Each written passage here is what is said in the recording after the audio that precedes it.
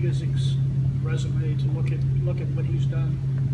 Yeah, I think, especially because it's late in the year, we've been able to see, I guess we have 12 games on tape now, so you can see a lot of what he wants to do with the personnel that he has.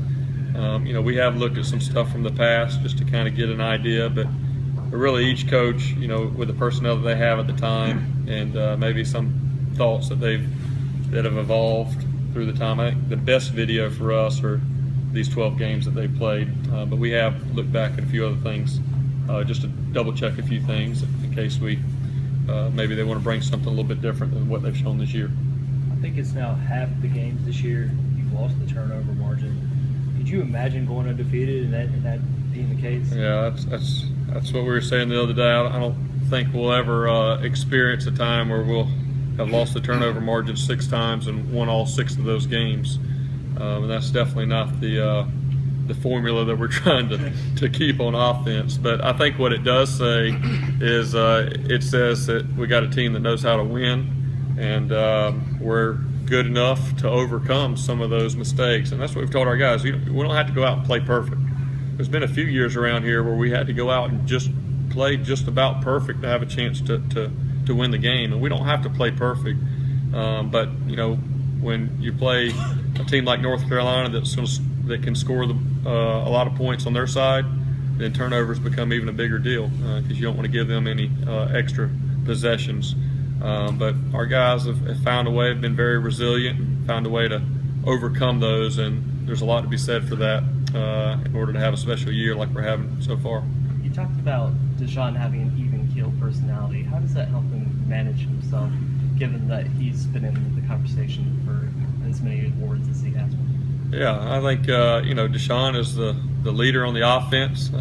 He doesn't do a lot of talking, but I think his actions, the way he prepares, the way he practices, just being the same person every day at practice, being the same person each game day on Saturday. I think our players know what they're going to get out of Deshaun, and I've said it many times. He's got unbelievable physical ability, but I really think his mental ability, the strength that he has is making very quick decisions in the middle of plays and knowing where to go with the ball. And I think by kind of having that even-keeled demeanor, it really allows him to make those decisions and not get distracted because of emotion or all the different things that can get in a quarterback's mind. But our offense obviously has a lot of confidence going out there each drive with him on the field just because of all the past experiences. Is it a positive that there's not necessarily become a go-to wide receiver with Mike Williams down? I mean, with the game on the line, there's nothing on Travion. I mean, Tavis Scott has had big plays. We've got Deion King with touchdown passes in 5 straight games. And the fact that it's so spread out, does that make it a lot harder for a defense to kind of focus on what are they going to do on 3rd and 5, 3rd and 7, 3rd and 9? Yeah, I think it does, and that's ultimately where we want to be. We've just been in a situation where we've had a few superstars around here in the past with Watkins and Hopkins and Martavis Bryant, some of those guys. But I think we're getting to a point recruiting-wise where we've got a lot of guys that can play, and I think we want to stretch the defense out as wide as we can.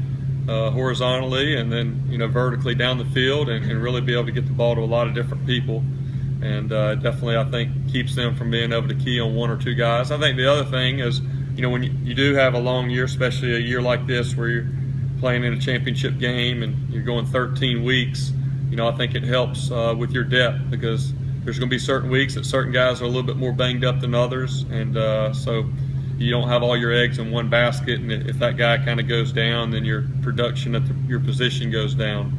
And so that's the thing I'm probably most pleased with that group is, we've got 6 or 7 guys that have been rolling in there, and all of them have made a lot of plays when their number's been called. And I think Deshaun has a lot of faith and trust in all of those guys.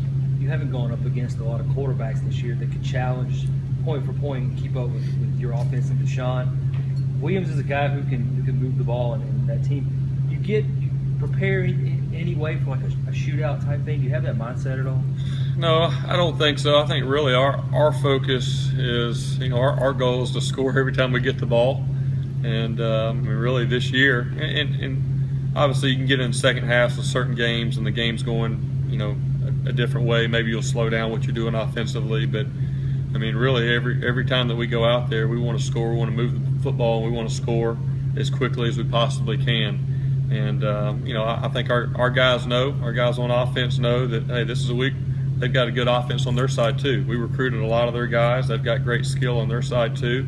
And, I think, our guys will want to go out there and make a lot of plays as well. But, I think our focus is really on us, and that's what it's been all year long. It's been on our execution. And if we can go out there and execute, put the ball in the end zone, then good things will happen. And that's all we can focus on. Does that make red zone offense just even more important in a game like this?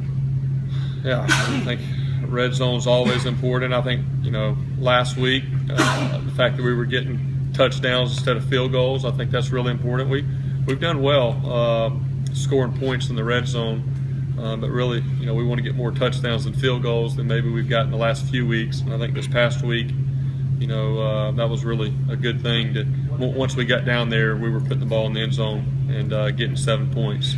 I think in a game like this, that'll be very important. Just how palpable is the excitement in the Clemson community? I know you guys try to keep a little easily, but from your perspective, what's different? Yeah, obviously there's an excitement that comes with it, and we have to remind ourselves to enjoy it a little bit, because I think as coaches, you're always on to the next game, and it's something. But these are special years. I've been a part of football since I was on the sidelines at Florida State when I was 6 or 7 years old, and I've never seen or been a part of a 12-0 team, and so these are years that don't come by very often, and so I think it's a good balance for us. We got to remind ourselves and our players to enjoy it, but at the same time we want to finish it the right way. And I think we've kind of moved past that mark that where we kind of started off 8-0 and kind of we're at that point a couple of times in the past, and we're in new territory now, and this is kind of that championship mode, and so our guys are definitely excited. They can sense the excitement. It was great. We had a lot of fans that were here whenever we got back Saturday from down in Columbia, and so our guys are excited, and they know kind of where they are, but I think they want to finish this one this week before they take a breath and kind of look around a little bit. Jeff, going back a couple of years, when you recruit a guy of the level that you think Deshaun Watson is going to be, and you hope it's going to translate, and you hope it's going to be as it is now going forward, was there a point when either in practice or in a game when you went, this guy's special, this is going to work, he's going to be a great football player? Yes, that's the danger of when you recruit them from the 9th grade, especially the quarterback position, high-profile position. I didn't think there was any way in the world that Deshaun was going to be able to come in his first year, get close to what the expectations were going to be for a true freshman quarterback. And I think we obviously saw some stuff in high school, but you never know till you get them here. Going through spring practice, we could see some things, but for me, I would say, the first opportunity he got there in the Georgia game as a true freshman, that throw that he had to Sharon Peak, they were bringing a very exotic blitz that's kind of a 1% blitz that you get 1% of the time. And we had a special check that really is something for a junior or senior quarterback, and Deshaun got us into the check and then threw a rope on the line about 35 yards, fit it in there. And I think that was probably the first of many wows on the headsets. And then throughout all of last year, just watching him. And like I've said before, the physical talents, there's guys out there that have maybe some of the physical talents and attributes that he has. But, what you never know until you get them here is that mental side. And until you put them in a situation in a game and you see how quickly they process things. In my mind, that was the biggest thing that stood out. My first impression is, wow, not only does this guy have lot of God-given ability, but he's got the mind to go with it, and that's what the special ones, they have both. How has he physically changed from when you were recruiting him at Gainesville to how he is working now? Yeah, I think he's obviously gotten bigger from where he was in high school. He was really skinny in high school, and he's gotten a little bit bigger there. And I think, he's gotten tougher too. And I feel like, coming back from the injury this year, it just seems like he's even playing faster this second half of the season than he was the first half. And I think that's normal coming back from the injury and all that. He seems like he's getting faster and faster, but physically he's stronger than he was in high school, obviously, and he'll continue to get stronger. But he's maturing in a lot of ways. You talked about the offense hasn't played its best game yet, and when you look at the yards and you look at the points, is it sometimes frustrating that you're getting all those yards, sometimes the points don't always add up, or is that just part of the game? Yeah, I mean that's part of the game. I think that's what we talk to our guys about. We look back at the game and really grade it. How many times was it that we didn't get points because they were just better than us, or they had a better call, or their guy just whipped us at the point of attack. And obviously you got to give the defense credit too, because they have a big part in making those plays. But a lot of times we go back and look, and it was our mistakes and things that we didn't execute. And so you just I think our standard has really gotten higher. We're in the game and just going battling in the game. And Coach Sweeney, came to the huddle and said, y'all scored 4 series in a row. We've scored touchdowns.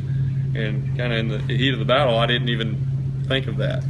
You're just out there just trying to go score that series.